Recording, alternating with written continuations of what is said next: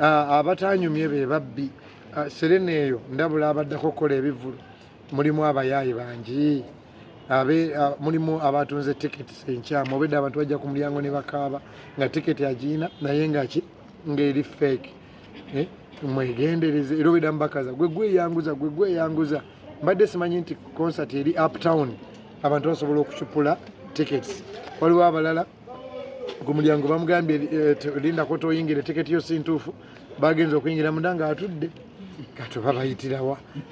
Alright, yes, oli ku Glosh TV nga bulijjo nateera njagala kubanga nkubuuzaako muganda wange gwe wenna atugoberera wano ku mukutu gwaffe gwa YouTube nti wasiibye otya ogamba otya kasubire oli bulungi. Nateera nkujjukiza nti nja kusaba muganda wange genda wansaawo osubscribinge olikinge ateera osharinge still osobola okomentinga okusinzira ku vidiyo eno nga woba okoze ki nga woba ogirabe. Nateera nyongera okubanga nkujjukiza gwe wenna eyandyetaaza okubanga olanga naffe aba Glosh TV osobola okubanga otunoonyako kanamba kaffe ak'essimu 0750312083 oba 0750312083 ojja kubanga osobola okubanga otufuna tujja kubanga tukulangira bizinesi yo osobola okubanga naawe ogikuba abantu mu maaso. Okuse ku makya nga akayimba kandi ku mutima kagamba amavivi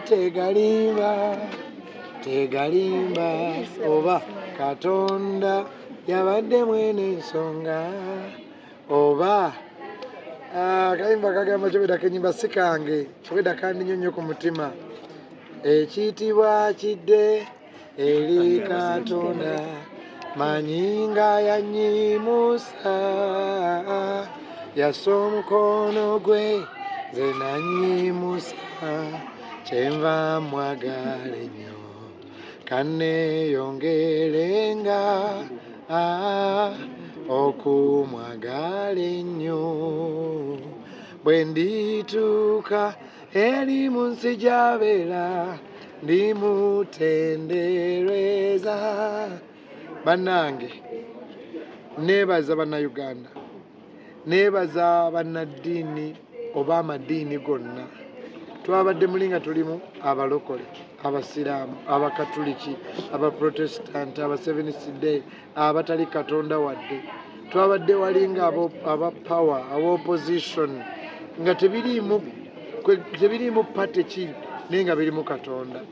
Neebaza ttiimu eyantegekedde baana baffe wano ku kyaki nabagambye munyambeko tebibadde byangu. Neebaza basponsors bange okusookera ddala MTN zizeeko Victoria University nteekeko Pepsi nteekeko Moviti QC Church Radio Success Motors neebaze Massey Schools neebaze basams abo bumpwakimpwaki neebaze Worship House Family neebaza bannamawulire babloggers abatambudde nange olugendo luno olunene nnyo. Neebaza Next Media yo bajja ne bagaba birango bya bwereere. Neebaza abankyaziza ku radio ne TV besigenda kumenya mannya. Mbadde ndudde n'okukola TV ne radio tour njize nfunye emikwano mingi. Neebaza nnyo nnyini ddala ba MC bange kubaddeko kawala kange Kakwira, of course Douglas Lwanga ne King Wesley. Neebaza abayimbi abanyimbiddeko. Neebaza abantu abampagidde ennaku ssatu mbeebaza nnyo. I want to say thank you to all people. Neebaza Katikkiro wa Buganda yeebale nnyo yeebalire ddala okumbeererawo nampeesa ekitiibwa. Neebaza ow'ekitiibwa JW Katende wa Ebonies ye yabadde omugenyi wange okuddetu omukulu. Neebaza General Reiso yangulako tables 10 ye nga ye. Aba UCC Communications bangulako tables 2. Aba Safe Border mbeebaza basalirako abantu aba Union Border. Neebaza Nino Ndekani neebaza Fenoni Uncle Steve Jean neebaza nnyo neyanzeege Serena Hotel Security Police nze sikirabangako naye okusinga ennyo abantu abazze ne bwe twanditaddeyo ebyuma ebitunula ng'omuntu ne mutajja twandibadde tumaze budde. Abayimbi abanyimbiddeko nebaza Kasuku kubanga Kasuku oyo si ye muntu omwangu okuteeka ku geeti awo mbuna afuuke asikali naye sewo katukikole kale katukikole nti abeere ku geeti nga gatekeeper mwebaza kuba ya surprises. I think Kasuku was the man of the match. Buli muntu yamusurprisinze. Nebaza nnyo ba Rema Namakula. Remo oyo celeb superstar naye najja. Nebaze Fun Factory Bannington Bujingo bazizinga. Nebaze Baleira Kachapizo leero yaleta kyabeera nnyo mu bintu ebyo. Abaana obwedda abazannya abaani abo. Serudigo Namuyombya.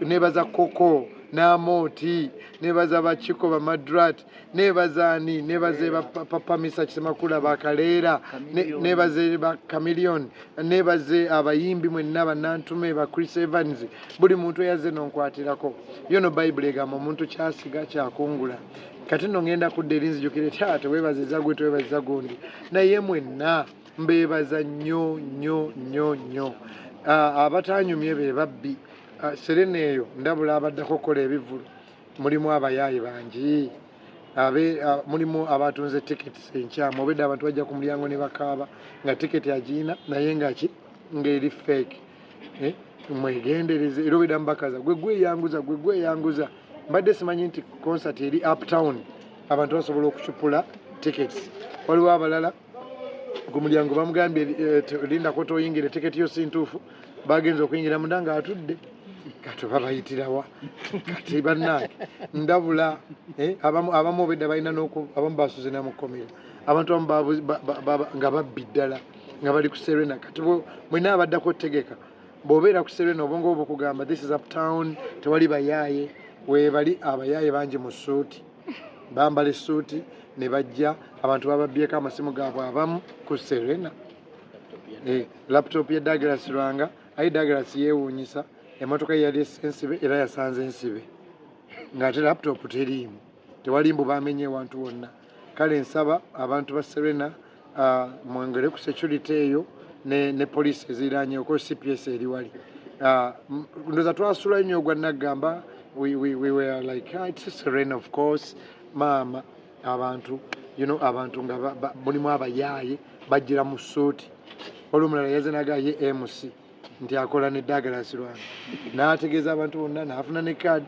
twagenza tukakulanga nga tamuwulira nko tamulabanga kwegamba abantu bali bubbi engeri ebivulu gye birayo ebingi abamu bayiza emiti emiwaatwa we bayitira okubba n'okulumya abantu njagala kwebaza nnyo nnyini ddala okwetondera abamu nga wazze bambi osasudde ng'ate tiketi eri fake nsonyiwa nnyo nange nayize kipya ekirungi concert eno ngenda giddamu nsaba mwenna abannamawulire mwenna abazze ku mukolo ogwo mbasibiddaawo temufa mu linnya lya Yesu tulina ogiddamu nga tuweza 3 nga tuweza 4 nga tuweza 5 ku 6 awo tuwummule Katonda atukuume ffenna buli eyabadde mu kivulu ekyo tofa Katonda akuume atakuume ng'oli mulamu nga tulina wakuluma mwebale nnyo mwebale ddala. It's okay. Ibula tugere maso. Pastor.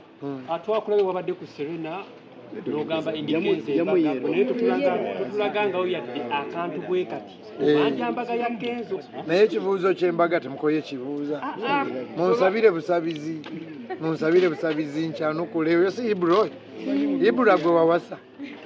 Sawa yonna nkuyivu. Katube tuli babiri ffenna sawa yonna kale ndi mukulumu neera naawe nange simanyi mutuufu so mbasaba munsabire manyi munsabidde nnyo naye nakyo nja kyanukula ekibuuzo ekyo mu linnya lya Yesu Kristo ate nja kyanukula Katonda ajja kunyamba nkyanukule bulungi kuba kirudde nga kibuuzibwa. Mwebale nnyo. I love you all.